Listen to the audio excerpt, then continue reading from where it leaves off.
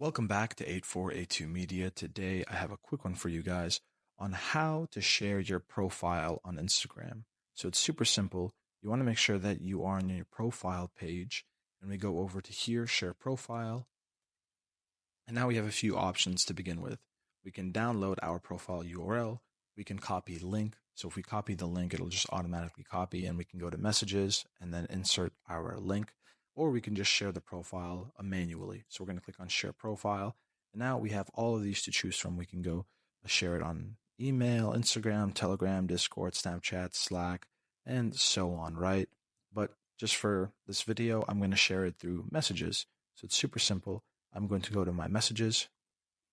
Now I'm going to, type in the person I want to send the profile to.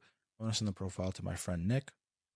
So I click on Nick, and then I click send, and I've successfully shared my Instagram profile. So thank you guys for watching. If this video was helpful in any way, please leave a like. Have a great day, guys.